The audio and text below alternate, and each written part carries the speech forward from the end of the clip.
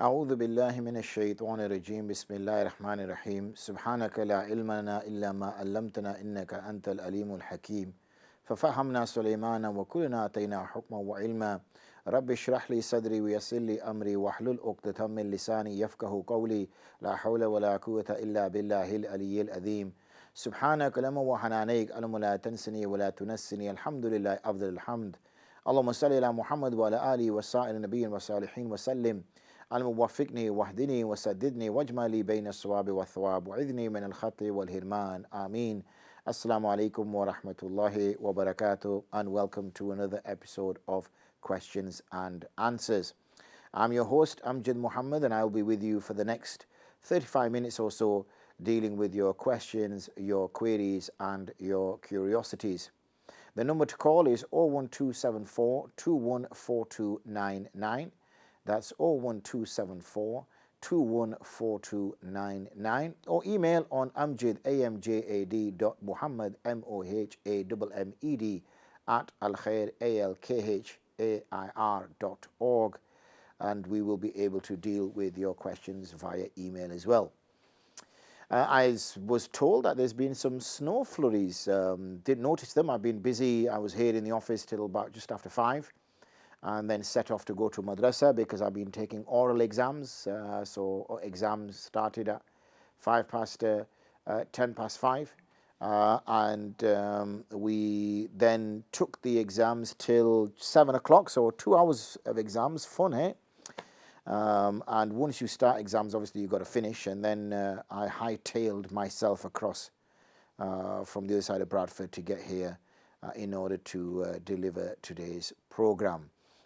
Just to make you aware, please do get your questions in nice and early. We do have some questions that I had left over from the groups previously, which we will be able to deal with right now, and whilst we wait for the phone to ring. So let's go to the ladies group. Okay, and there is 2 questions, excuse me, it has been a long tiring day today. There's 2 questions that are left on the ladies group that I'll need to answer. So, Assalamu alaikum wassalam, I pray that you are well. But before I do, we have a caller who's called on 01274 214299. Assalamu alaikum wa rahmatullahi wa barakatuh, dear caller. Wa alaikum salam wa rahmatullahi wa barakatuh. Maulana Sahib, just give your opinion on this issue that in Islam, half of your iman is to keep yourself clean. And can you please explain on this issue that wherever, Muslims are in majority, usually we see the very, very dirty area and compared to other areas. And if we want to keep our house clean and everything we want to clean, and we throw rubbish on wherever, so we need to clean our thoughts, clean our practice, clean our whatever we deal, it should be clean, like honest. It comes in cleanliness in everything, like our character, our clothes, our whatever we deal with, it should be clean and clear. Like our thoughts should be clear. Our dealing when we sit with other people, we don't use these dirty tricks or any like filthy language or anything, which is not clean and straight. And it should be everything. As a Muslim, we should observe ourselves, and we should to please Allah subhanahu wa ta'ala. That I don't know, I'm not a scholar, you are the scholar, but you can explain in expert way. But I'm only a student, and can you please elaborate on this issue that sometimes when we see, even there was my sister-in-law, her daughter, she was only, it's not nice to say these things, but she was only about 6-7 years old, and she said they moved to another area where English people were living, most of them. And when she moved, and she said where they were living before, there was too many Muslim living, and she said, "Mom, we went over there. Even the air smells like air smells dirty as well." And I was shocked, a little child, how she's saying this. And she didn't know what she was saying, but she just said it, that even air smells. So it's bad impression. So we should, as a Muslim, if we look at in the street anything is spread or anything dirty, we should try to clean that as well, not only our house. And the main thing is, if we, all the filthy things in our character, in our mind, in our thoughts, in everything, we should be clean and clear. Thank you very much. No problem, sister. Jazakumullah khair for that call. Yeah, the sister is mentioning there, half of Iman. The hadith mentions at-tahuru shatrul Iman. That purity is half of faith, half of Iman, half of belief. And it's a very strong statement to make, at-tahuru shatrul Iman. And as the sister also mentioned there, it starts from inside. So the purity starts from inside and works its way out. So inside, first of all, our beliefs must be pure.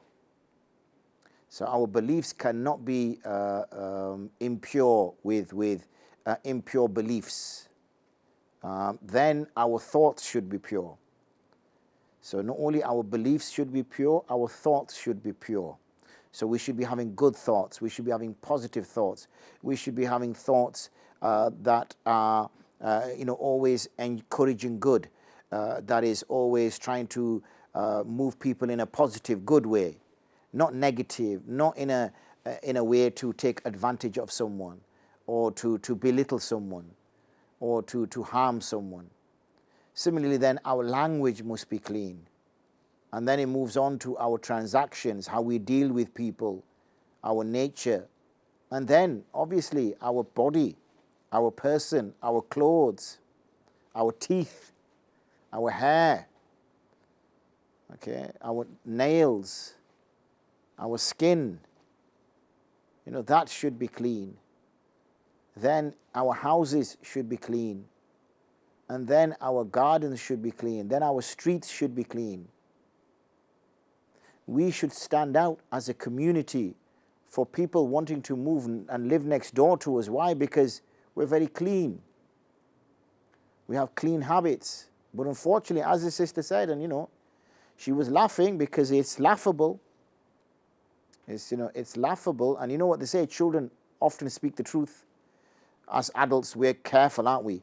That we don't want to offend, or we don't want to upset somebody, or this might not be a good thing to say. So we pick and choose what we want to say. Children don't have those filters. They speak haqq because they're ma'soom. They will speak the truth. And they'll say, look, it stinks. And now it smells fresh, it smells clean.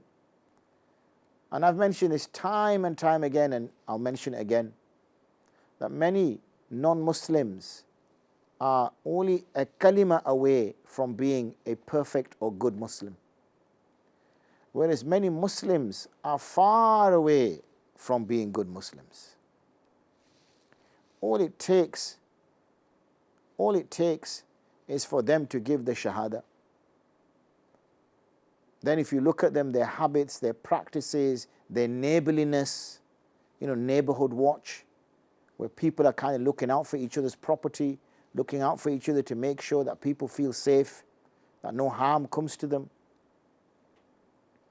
Unfortunately, there's nowhere we fall far, far, far behind. And you see people then, Muslims, moving out of Muslim areas because they feel that people aren't behaving in a certain way. But there's one thing I will add, and I think this is the important part, that this is not because of their Islam, no.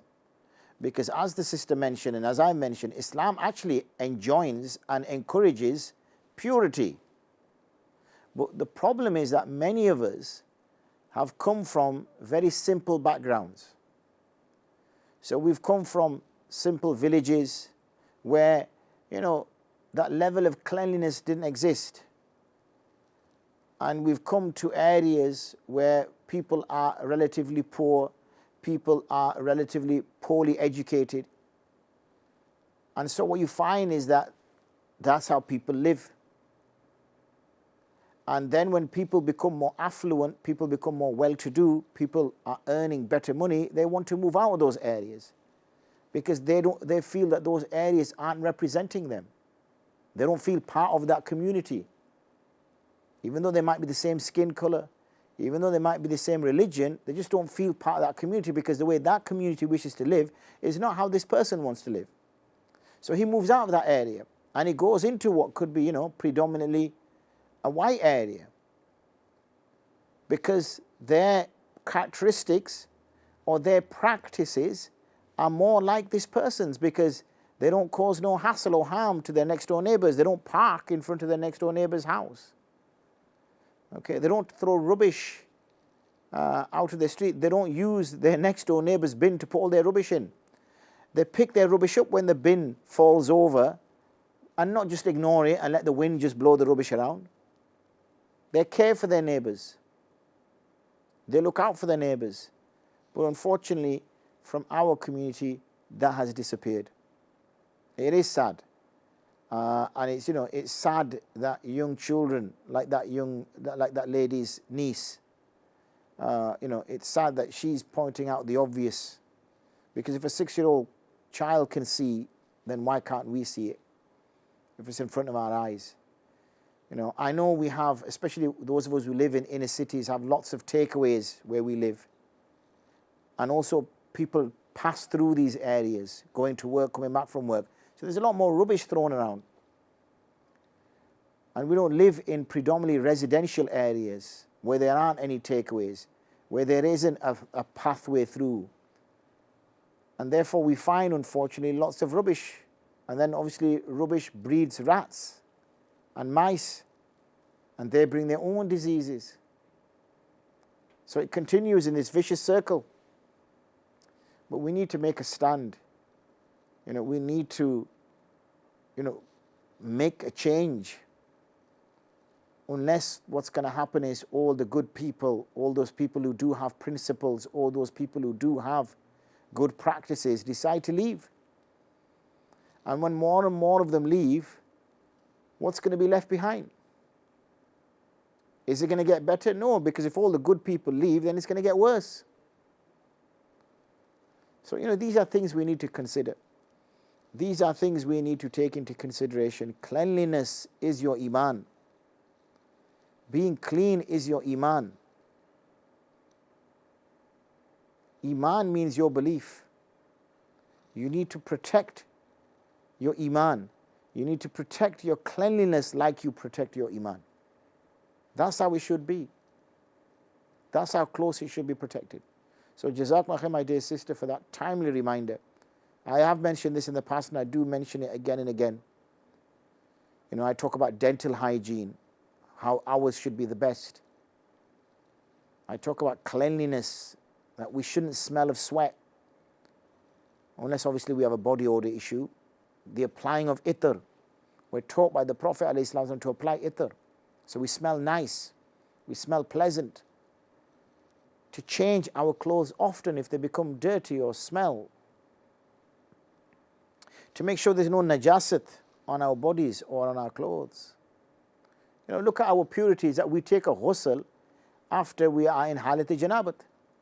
So if a lady finishes her menstrual cycle, or husband and wife have been together, then we are taught to make ghusl after this.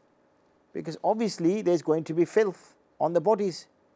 So we're taught to remove that filth. It becomes wajib, it becomes fard on us.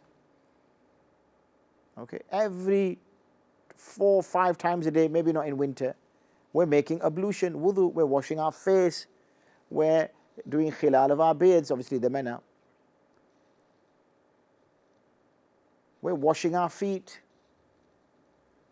Okay, we're wiping our head, so anything that's falling in our hair will come out.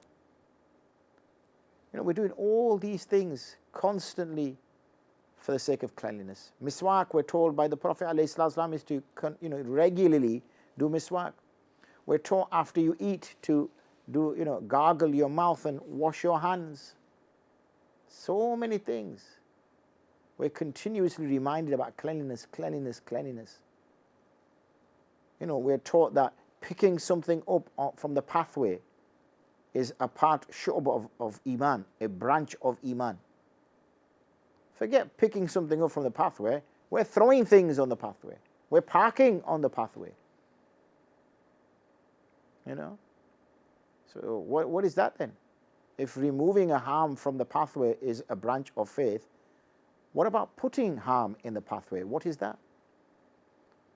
So, we need to wake up. We need to address these issues in our communities. And I think that was a good reminder. We got our call in nice and early. We're going to go for a short break. We will return shortly, inshallah. Assalamu alaikum wa rahmatullahi wa barakatuh.